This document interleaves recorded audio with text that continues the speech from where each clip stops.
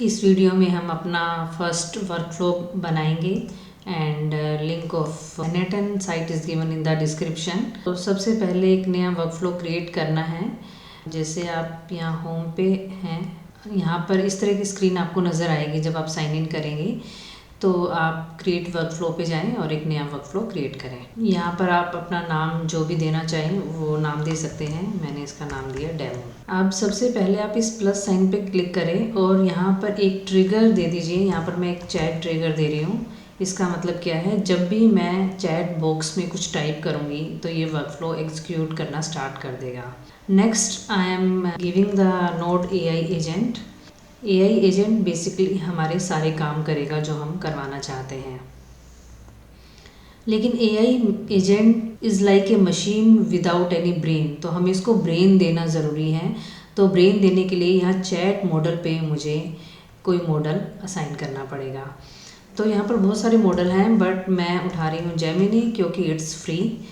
तो मैंने यहाँ जेमिनी मॉडल उठा लिया। यहाँ पर इसमें आप देखेंगे सबसे पहला टैब है क्रेडेंशियल टू कनेक्ट विद।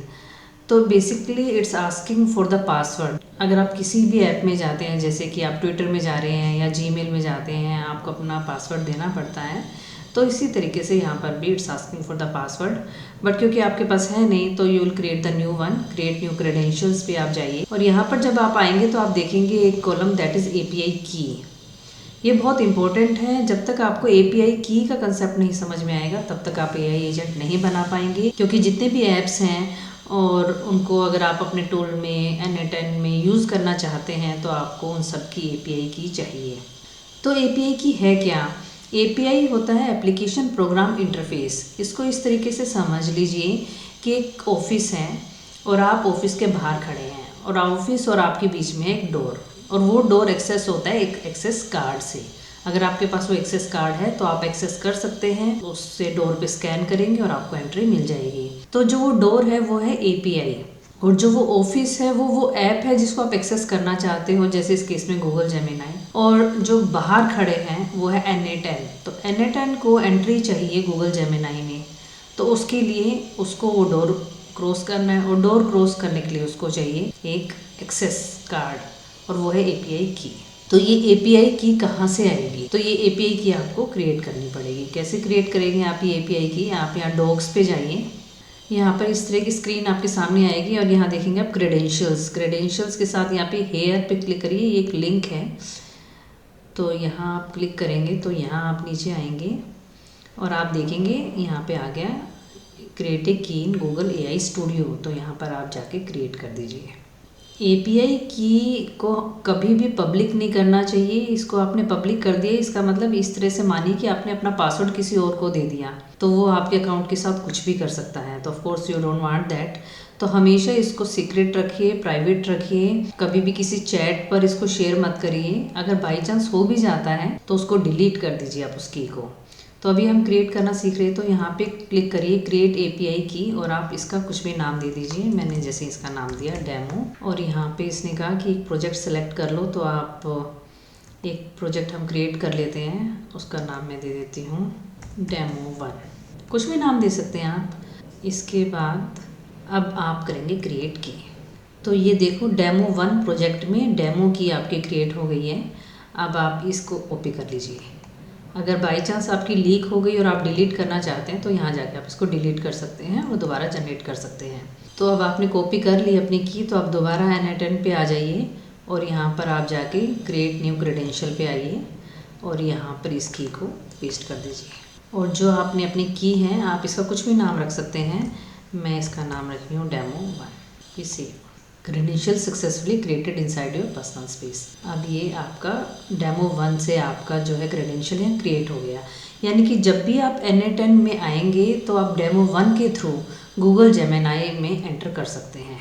ठीक है, उसके अंदर आप देखिए, आप ये मॉडल है डिफरेंट टाइप के कि इसके अंदर कौन सा मॉडल आपको चूज़ करना है। मैंने इसलिए ये चूज़ किया क्योंकि फ्री था, दैट्स इट, और मैंने कुछ नहीं किया। अब हम बाहर आ गए।